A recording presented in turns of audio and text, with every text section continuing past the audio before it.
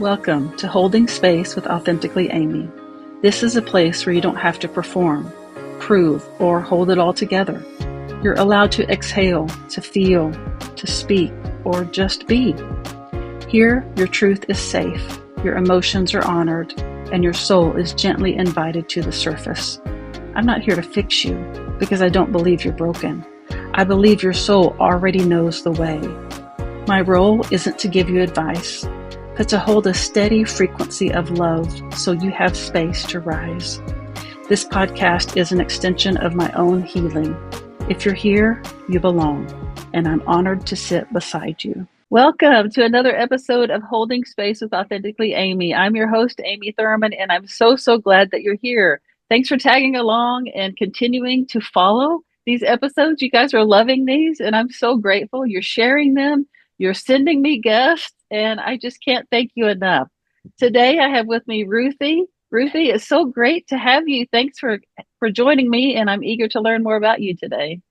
Well, thank you, and I'm so excited that I happened to come across you because you have so many interesting things to share, and I really think that you're basically bettering the world by Oh, being here. So thank you so much for inviting me. wow. Thank you so much. That's such a, oh, my heart. I feel it in my soul. Thank you, Ruthie. That's so sweet. Oh, well, I Yeah. am here to hold space. That's what I do. I'm holding space for you, whatever it is that's heavy on your heart that you feel like you want to talk about today. I'm here to hold space for you. So I'll just turn it over to you and we'll go from there. Wow. Well, thank you. And I want to hear more about you as well. Um, it's really wonderful because I've been thinking lately a lot about like since I'm older now and all my kids are grown up, it's sort of like I know they say that life is what happens to you while you're making other plans. Um, Yeah. But when I thought I knew everything when I first got here on Earth. I had this big dream, of just oh yes, I'll bring love into the world, and oh yes, it's so easy. You just go whoa and send your love everywhere. But then Right. you bump into this big bad scary world, and all these things happen, and it's like it's not like an easy path. There's all these bumps and lumps along the way. And in fact, I was thinking about how, before I was a parent, I thought I knew it, I knew how to raise kids. Yeah. And I wanted like 13 kids because I had this vision that if only people could like bring children into the world with love and be good examples, that they would grow up feeling, loved and as though they were important people who could go out into the world and love others, and then they would replicate that kind of message to the rest of the world. And then, but what happens is, well, at least what happened to me was that I didn't realize that you had to pick somebody that had the exact same kind of idea of how to raise children. And Yes. yes, and when I first got I was looking all over for a husband who want somebody who wanted children. And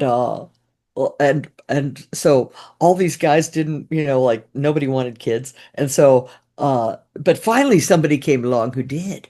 And he was just like wanted a whole orphanage full of children. He wanted to, share his love with the world, supposedly. Anyway, but then after we got married, things changed, and after the children came, and so my method of child rearing was so different than his. His was the my way or the highway kind. Yeah. And so it was totally different. Do you have children, by the way? I do. I have two adult children, and my youngest is, at the time of this recording, almost 16. So Oh I'm a my mama. goodness. Oh, that's Yeah. fantastic. I'm so happy for you, for them, Yeah. that they have Yeah. you.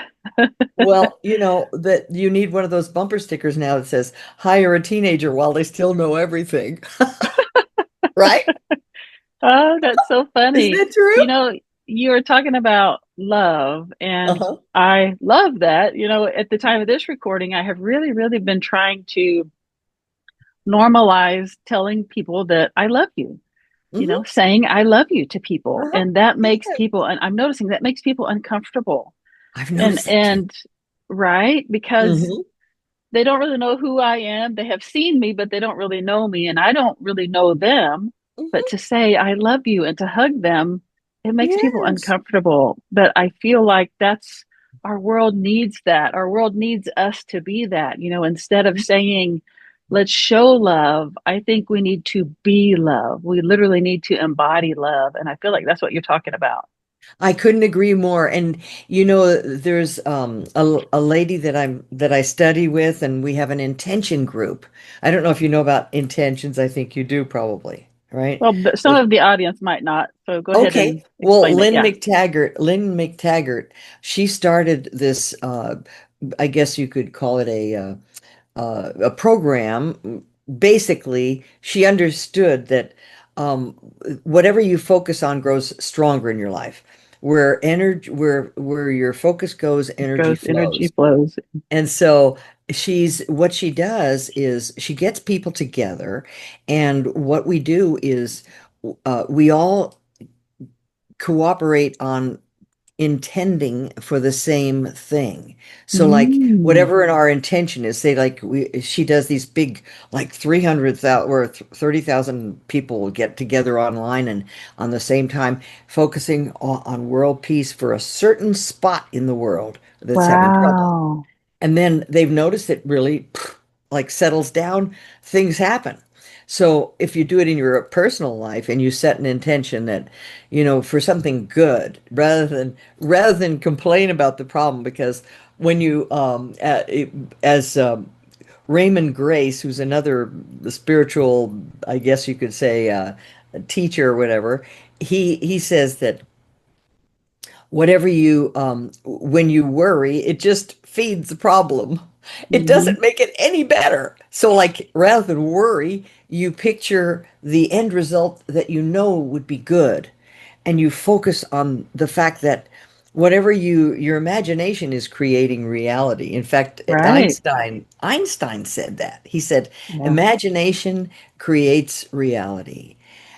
So whatever if we focus on a good result, it's like when you're talking to a toddler, and rather than say, don't do that, don't do that, if you say, what can I do? I know.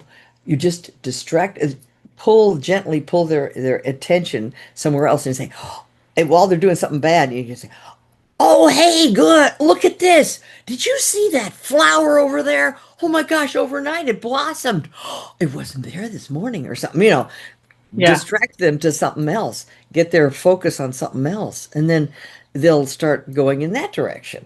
It's just like that with, anyway. So we do these intentions. So Elaine Starling, she's amazing. She's the I'm trying to think of the group that we are in, but in any case, we meet every in this Power of Eight group every week, and we focus on whatever problems people are having or thing they want to focus on, and in a positive way.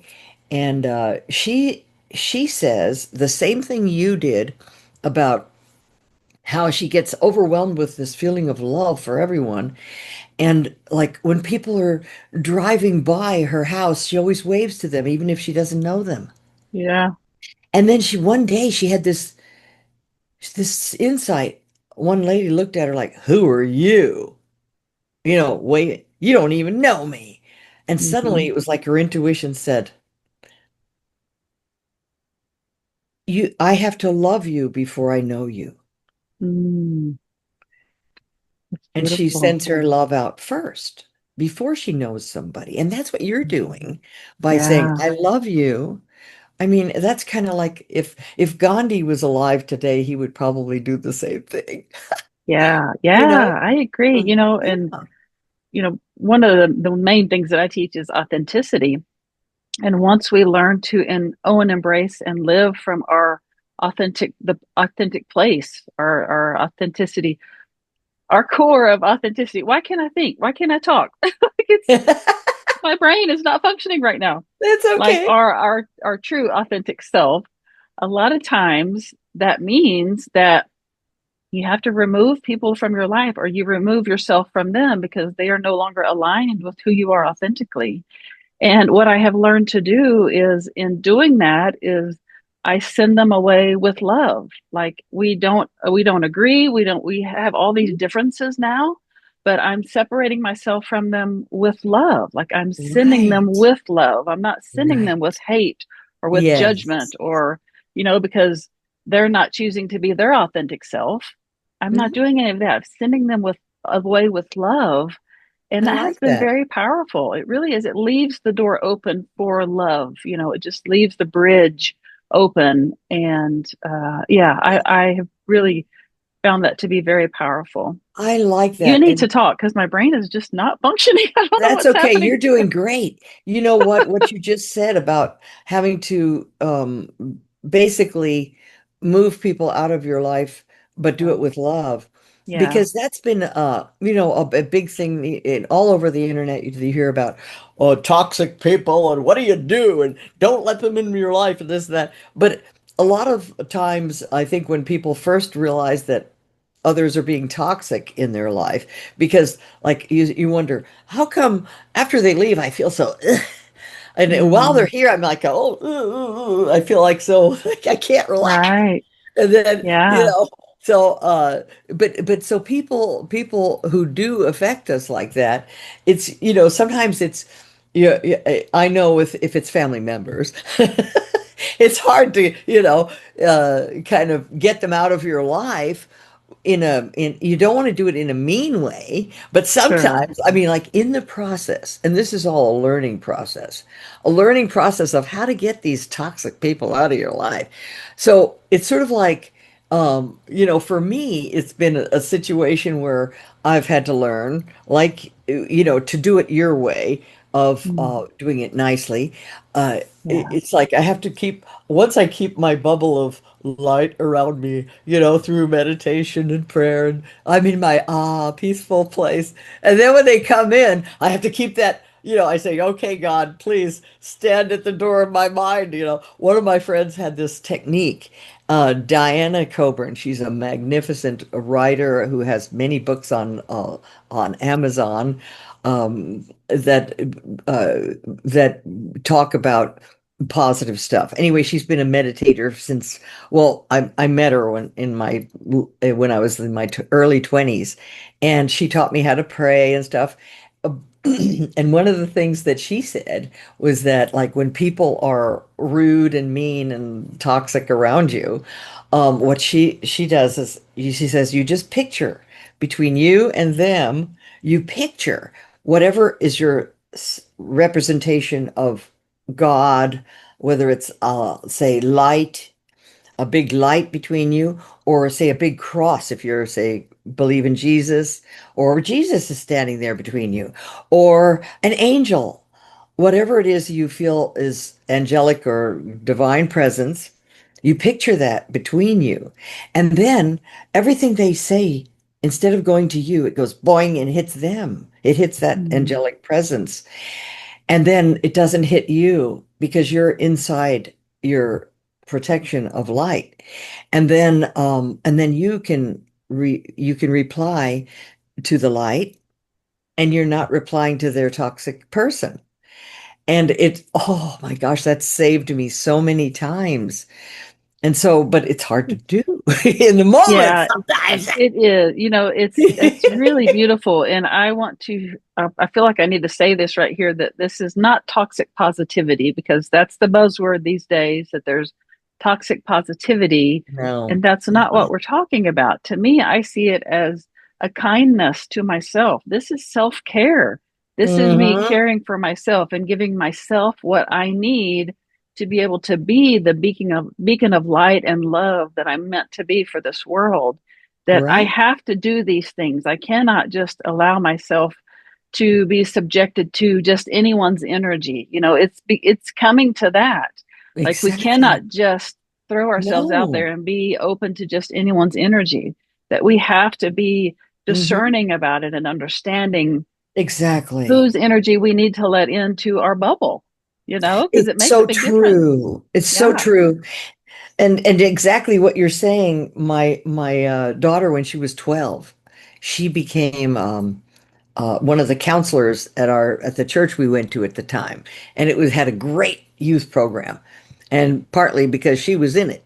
So she used to tell the young kids, like especially the girls, she would say, well, when you're sometimes you're with somebody and they're not really very nice, and you think, oh, I should be a good Christian and, just be nice to them and love them. But she said, you got to be careful because it's kind of like you want to help them and bring them into the light. But she says it's kind of like if you have a whole bunch of white socks and you're doing a load of laundry and you have one red sock and you say, I want this red sock to turn white. You know, I'm going to put this sock into the laundry. Will the sock turn white? No, all the other ones will turn pink, right? So Right. so once you let that once you if you think oh, I feel sorry for this person, and you let them into your space where their toxic stuff starts coming into your consciousness, then pretty soon it's like you jump down in their hole, in their deep horrible misery, and then instead of them making you making them feel better, they make you feel worse.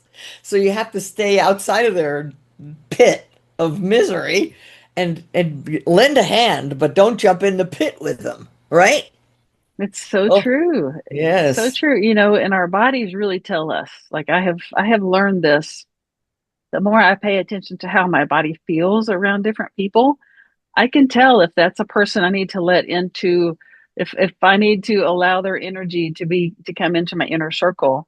And if my body Hmm. doesn't feel comfortable around Hmm. them, then that's a Hmm. sign, that's a signal, that's a red flag that I Yes. used to ignore those and think, oh, I'm just being oversensitive, but I've Right. learned that no, that's my body's communication system to tell me that, hello, I need your attention. This person is not meant for you. So allow them to Yeah. move on and send them on with love. That's so wonderful of you to say it that way, and that you said it exactly right, because that is there's well, one of these, like a lady who like channels the angel Raphael or something. She Yeah. she was saying that, like, right now, this particular time in cosmic history or whatever, there's been a great lifting of the veil of Hmm. between the spirit and the earth, so that more and more people are becoming, like you and like me, more sensitive to their Yeah. feelings. It's almost like everybody's a little more psychic. Yeah. Whereas before, when I was younger, I would ignore those feelings, like you were saying.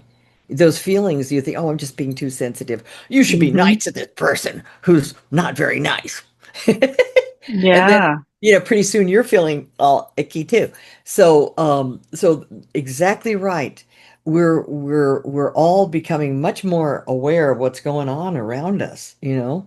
So, and this Yeah. is why I'm so grateful, as I said earlier, about Fred Kimball, the fellow I studied with for like 20 years, who taught that our bodies, now he was revolutionary because he taught that our bodies know before we do, before our mind Mm. knows, our Yeah. conscious mind. And Yeah. when, like, years ago, that was very unusual to hear. But nowadays, I think the somatic education or understanding of what's going on in our bodies it's so wonderful that everybody's getting more aware of it. Yeah. How did Yeah. you And become aware of it? it's mine was a deep, deep, dark trauma that, Oh, which that's I think true. that Tell me about happens a that. lot. I think that happens a lot too, that a lot of people who go through really hard trauma Hmm. come out on a totally different way and totally different person. And that's what happened to me. It was 11, 12 years ago. I passed out and landed on my face on the hardwood floor in my home. And the impact from that fall sheared my brainstem, caused a traumatic brain injury, and it broke my neck. But my doctors didn't figure that out for 6 months. So Oh, I lived 10 years with a broken neck that went undiagnosed for 6 months. oh, I was completely incapacitated, laying flat in bed for 23 hours a day for almost a year. oh. And I almost ended my life because it was such a miserable existence. But that experience, there's a lot more to it. That's why I wrote a whole book about it. But Hmm. that experience taught me to connect with my body, to connect with who I am inside. And I learned to understand my body and understand what it feels like to be in my body and my emotions. And Hmm. I just came to a much deeper understanding of me, my authentic self back Because then. you had no choice but to finally pay attention to you. I mean, you couldn't get up there and Yeah. walk around and do things or, whatever that normally you would do that would distract Yeah. you from you. You Hmm. were forced to be with yourself all the time. My goodness, Yes. what an And it was experience. right. It was miserable at first because I did not like who I was. I did not like that version of myself. And so it was just like torture to have to spend time with her, with that version of myself, because I so did not Oh, like her. oh, And then wow. I came to learn to uncover the things, the person who I thought I was. But Hmm. then I learned to uncover who I really was underneath there. And I began to fall in love with this version of who I am, who I really am, not the Hmm. version I was pretending to be, because I didn't even realize I was pretending to be someone I wasn't. I didn't know Right. any different. Yeah. I was always had to pretend. So it was Right. just like I didn't know, I didn't have any other option that I knew Right. of. So this traumatic event showed me so many things and set me on a whole new trajectory for my life and literally for my purpose in the world. So I'm really grateful now for That's that. weird that you would say that because I'm trying to remember exactly this quote from Alan Watts, who Mm, said something very similar. And I can't remember. I'll tell you what I recall what he said. He said sure. trauma was the training ground to that led you on a path to accomplish what you came here to do.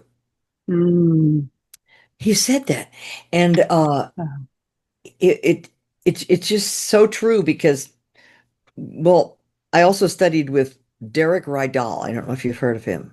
mm-mm, Well, he had a mentor, Michael Beckwith, who started Agape Spiritual Center. sure. And Michael Beckwith was Tony Robbins' mentor as well. Yeah. Um, so Derek Rydall, he would always explain that every single one of us goes through what he calls the core wound. That if when we were little, we come in and we are who we are, but then the world goes, and Hmm. bashes us. And then we go, oh, I can't be that. Okay, I better be this, Right. be that. And yet he Yeah. said that why do we go through this?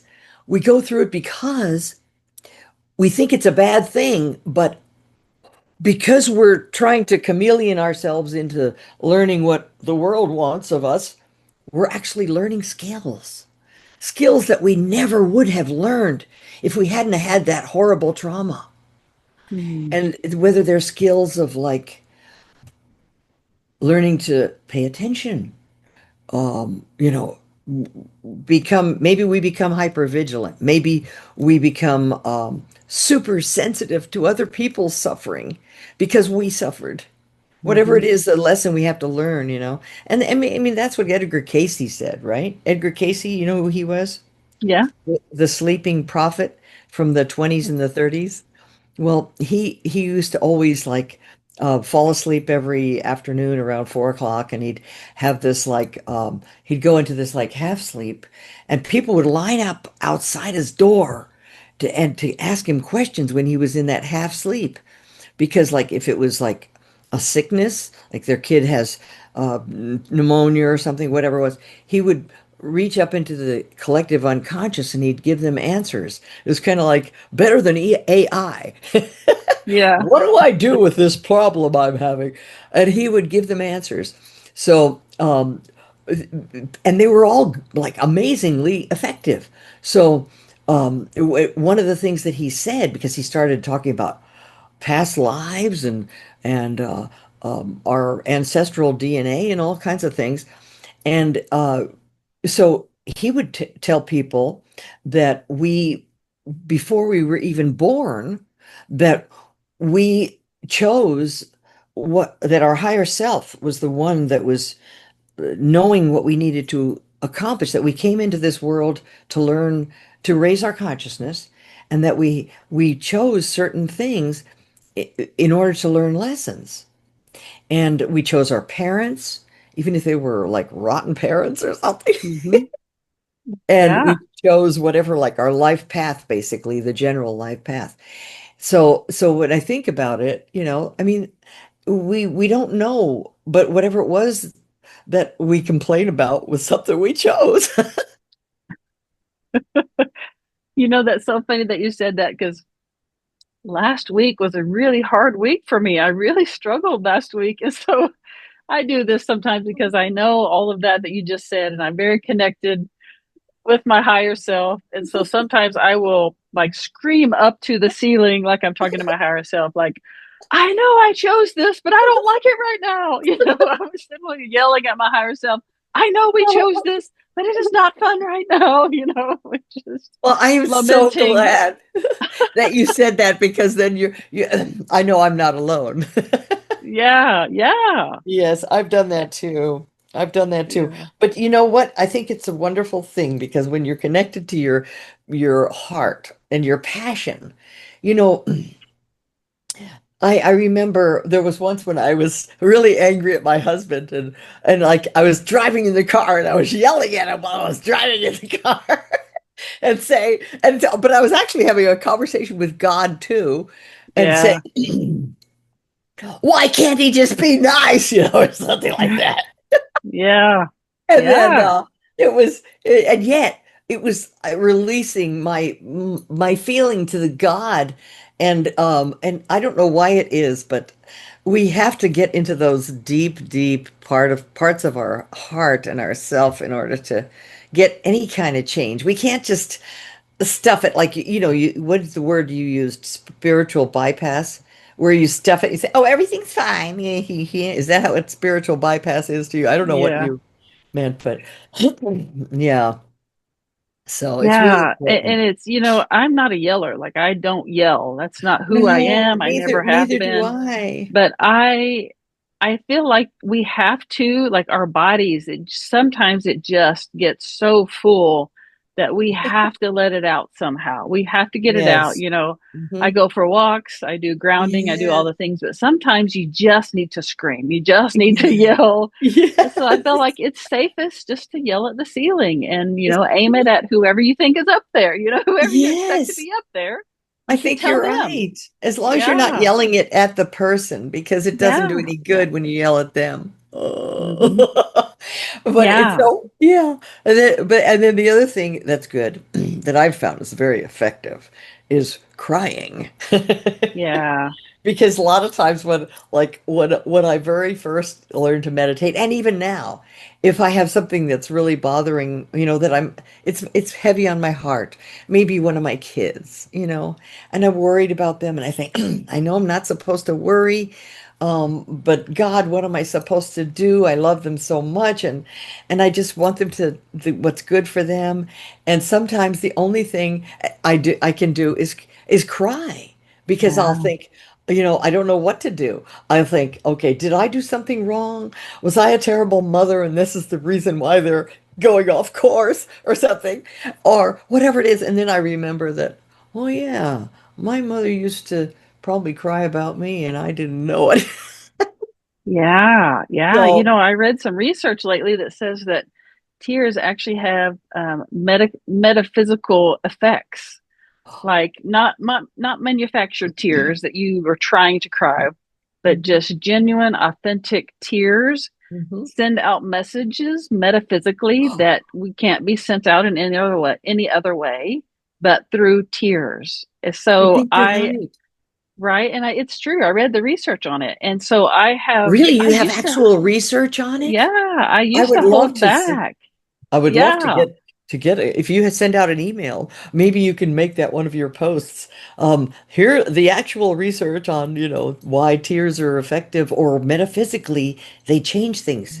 Because I Mm-hmm. really believe you're right. Because every time I have come before the Lord in my prayers and tears, and with genuine tears of, whatever it is, things change for the better after that. Yeah. It's almost like miraculously.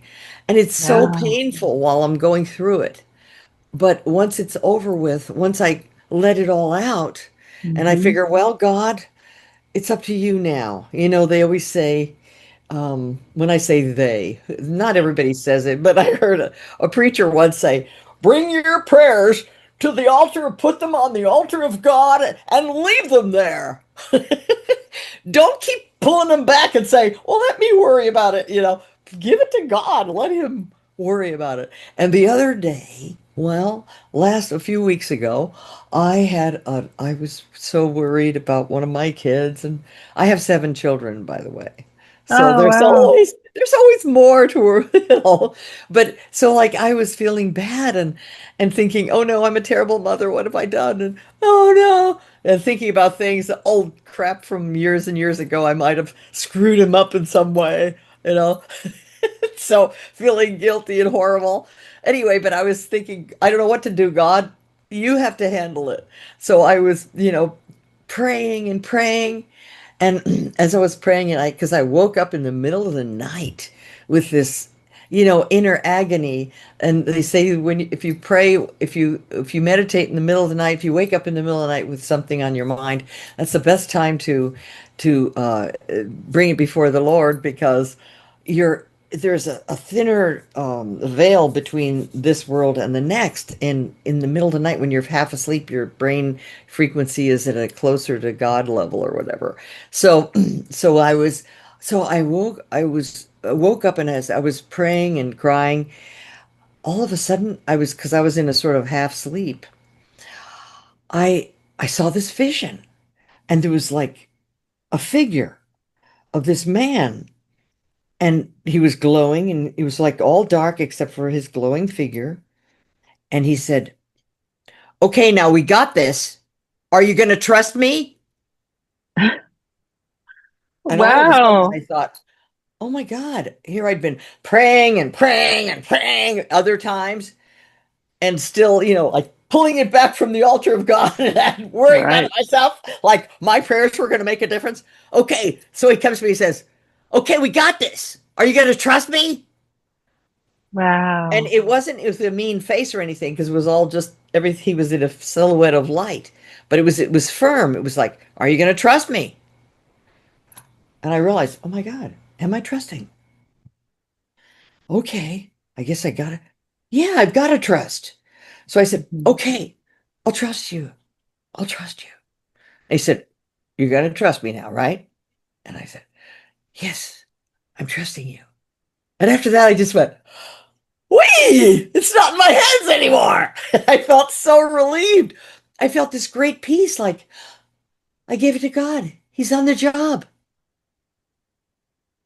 And so, Yeah. and after Yeah. that, it was amazing. Things started Yeah. getting better immediately in that Mhm. situation that I was worried about. Yeah, it's so true. And that can happen with whoever you believe in, whatever higher Hmm. power you believe in, or even if Hmm. you don't believe in one at all. You can still, Right. say universe or whoever it is. But Right. I feel like that's something that it's not a one and done thing. Like trust and surrender is not like I Mhm. do it once and that's it. For the rest of my life, I'm trusting and surrendering. Yeah. No, we're human. We have to continue to trust and surrender on a regular, consistent basis. Like it's a habit that we have to get into, and life You're right. really does get better and easier. It Yes. doesn't mean we don't have challenges. It means Hmm. that we handle them better.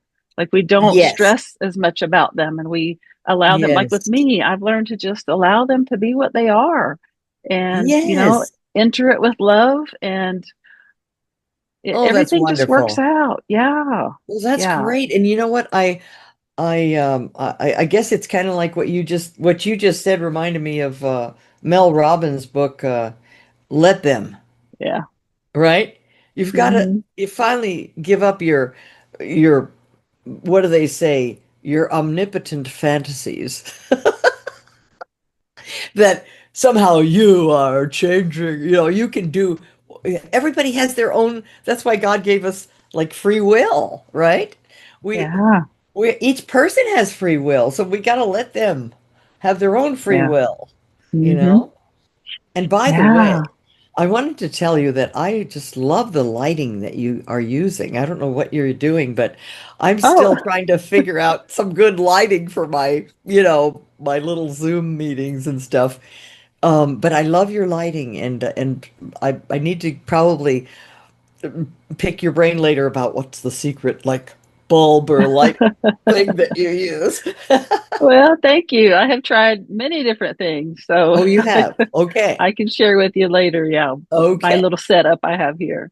Oh, that's great. Yeah, well, I Wonderful. would love for you to share with my listeners and the audience a little bit more about what you do and how people can reach you because we're coming to the end of time here, end of our Oh, time, that's and I right. want to be sure Yes. that you have time to share that. Well, I'm okay, let me see. A long list of things. Okay. Number one, I'm a mother of 7 kids. I had to quit on a lucky number. I wanted Yeah. 13, but my husband got a little tired, so you know, I had to quit on a lucky number. But so besides being a mother, I I I didn't want to do anything but be a stay-at-home mommy. That's all I wanted to do. But I was always an artist, and when my husband lost his job at one point, I had to find something that I could do to make money. And so I entered into working in the animation field, and I became a 2D animator.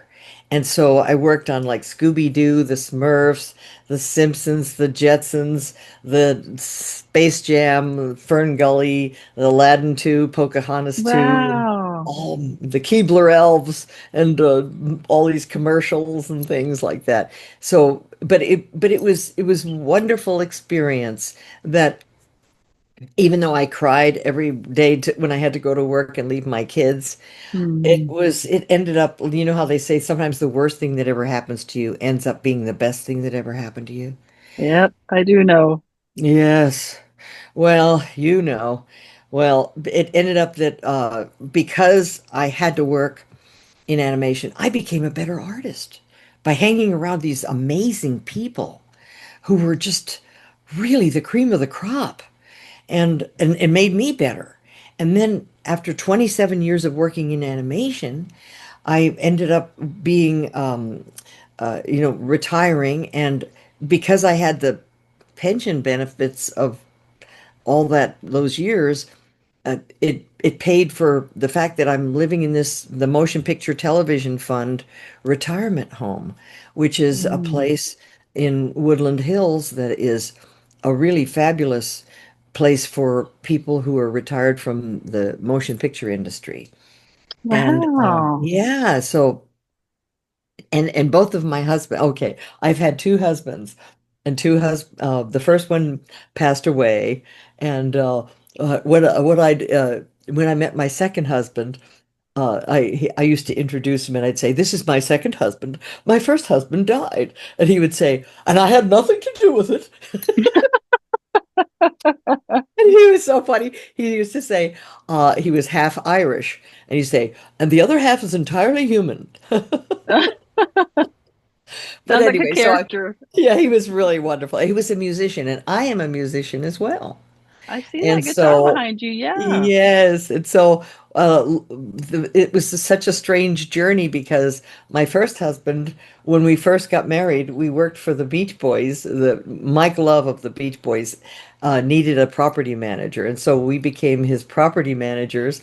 And for 7 years, we lived in Santa Barbara, and I met all these famous people and musicians and actors and Oh. all kinds of things. And then I ended up being his vegetarian gourmet cook, and then also helping with all the staff and making muffins and coffee for everybody when they came in the morning. And it was wonderful. We had a wonderful time doing that for 7 years. But then after my husband lost that job, that's when I got into animation for the 27 years. But during that time, I've always been a psychic. I've read palms since I was 16, learned astrology, studied it for 10 years. And then I studied with Fred Kimball, the fellow who taught how to understand what your body is trying to tell you, what your subconscious is trying to Mm-hmm. tell you. And Yeah. basically, he said that your subconscious knows more than your conscious. Mm-hmm. Oh, And absolutely. and it Yeah. speaks to you, like you said, through your body. And Mm-hmm. so he discovered this system, or rather technique of understanding your itches. Every itch that you itch means something. And Mm-hmm. so I basically teach. I now I continue teaching as an intuitive, I call it, I'm an intuitive facilitator. I teach people how to connect to their intuition Mm. because it's not always easy, Yeah. because you might think, you get like, is this my intuition or is it just my thoughts? Which one is which? And all this and that. Anyway, so I help people understand their inner workings of what's going on. And then also for years, I've taught animation once I retired. So I've taught animation with private students and also in groups. And I started a nonprofit called edudesigns.org, and that was in 2008. And the nonprofit builds brains and hearts through the arts by bringing Oh. art back into the schools. And Oh, so yeah. we go in, if the schools invite us to come in, I'll speak to an entire like auditorium full of kids, or do private classes, one at a time classes, um, and teach about art. And I bring in higher mind ideas in a very, down to earth level, where like they like put the cookies on the bottom shelf so the little kids can understand, about Sure. thoughts of like higher mind thoughts. And Yeah. so that's what I do as well. So, and this particular, the reason why I wear this little peanut, I don't know if you knew, it's a gold plated, it's a real peanut. And if you shake it, you can hear the little beans The inside. It's a peanuts. real Yeah. peanut. And the reason why I wear it is because when I do talks in front of like schools, like on career day, when kids are all wondering, what am I supposed to do? I Yep. tell them the story about, I tell them, when they ask me, why are you wearing that peanut? Then I tell them, I say, well, it's because George Washington Carver was the very first black botanist in America. And he discovered over 300 uses for the peanut. And somebody asked him one day, I said, how'd you discover 300 uses for the peanut? And he'd say, well, every day I would pray and I would say, God, why did you make the peanut? And when I heard that as a kid, I thought, gee, if it was me, I would have asked for something a little bigger than a peanut. So, but imagine. And then I thought, imagine if you asked, why'd you make me? You'd think of more than 300 uses for yourself. Yeah. So that's why I tell them that little story. So if they're wondering Oh, what use am I? What am I in the world? yeah. Here's this lady who's famous, Emmy award winning animator, animation artist. And what did I do? I'm not important. Every kid needs to know that there's a purpose for them. Yeah, absolutely. That's so beautiful. Oh, as a former educator and social worker, that's, yeah, my heart. I totally understand that. Yeah. Well, I geez, I'm so grateful. You were an educator and a social worker too. Yeah, Wow. before the accident, my neck injury. Yeah, that's what I did. Oh, Yeah. isn't that wonderful? Uh, So, see, you had that experience of trauma, but before you had the part of the trauma were basically, the skills that you learned were learning to be an educator and a social worker and all those things that you learned that structured your life in one way. And then the trauma happened, and then you basically gained a second education of an inner education. What a story you have to tell. I yeah. did so much gabbing and I want to hear more about your story. But I'll watch some more of your videos because I've watched several of them and they're fascinating. Well, you're so kind. Thank you so much. I have loved visiting with you today, and I feel like we could just have a conversation all day. Like I need to come see you. We need to get together in person and Okay. just talk. This has been Okay. so fun. Yeah. We'll continue this and definitely and uh and also tell me again where you live.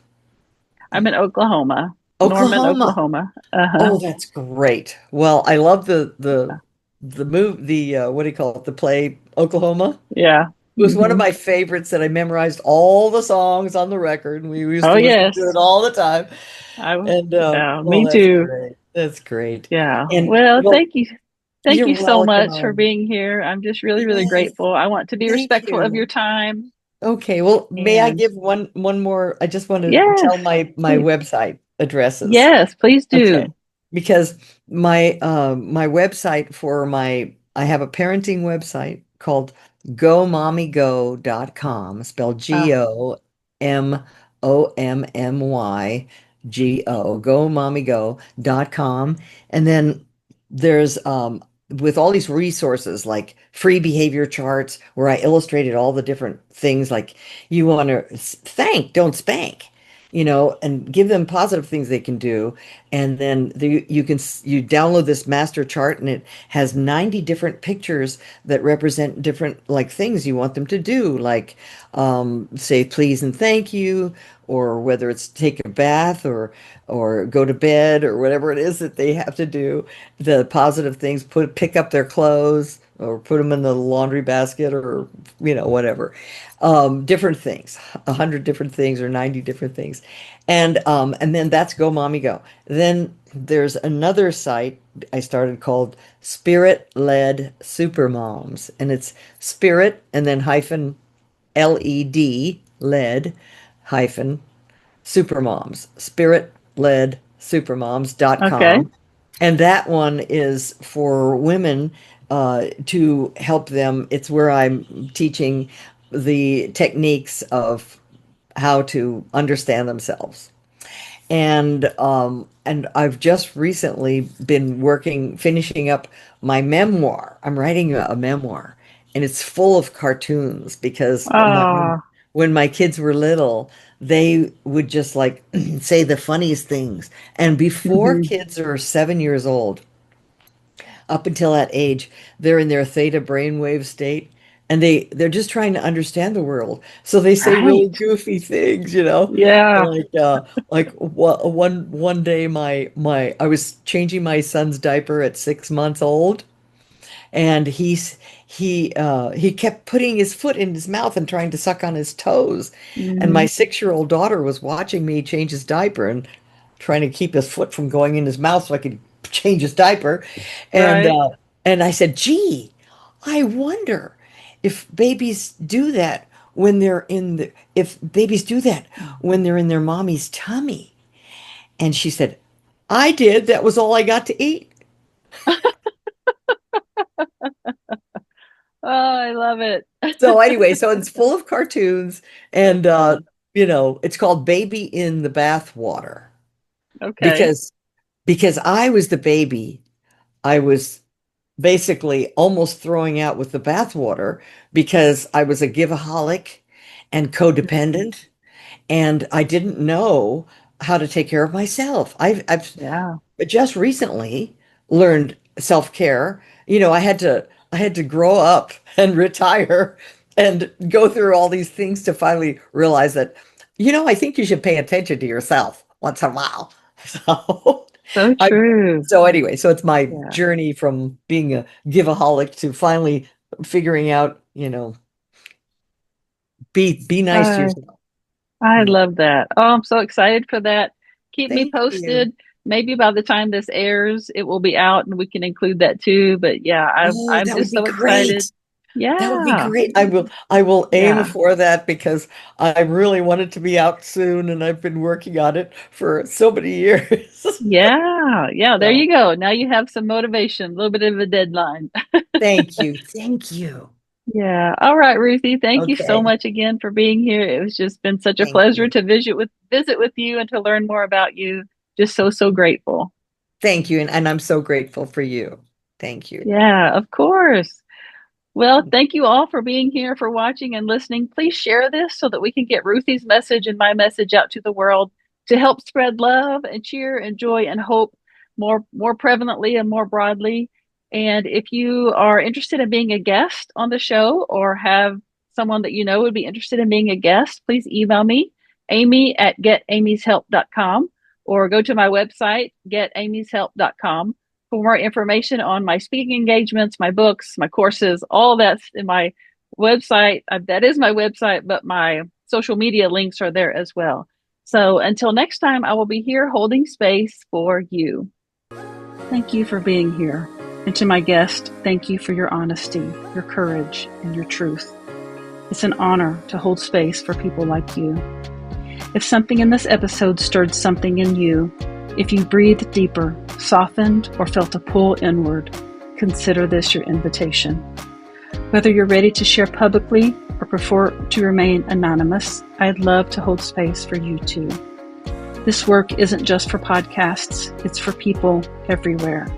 And I'm bringing it into businesses, schools, communities, organizations, anywhere humans need a place to be and for someone to hold space for them. To learn more or to schedule your own session or to be a guest on this podcast, visit www.getamyshelp.com or just reach out to me. I'll meet you with open arms and a quiet, sacred seat. Until next time, thank you for being beautifully, unapologetically human.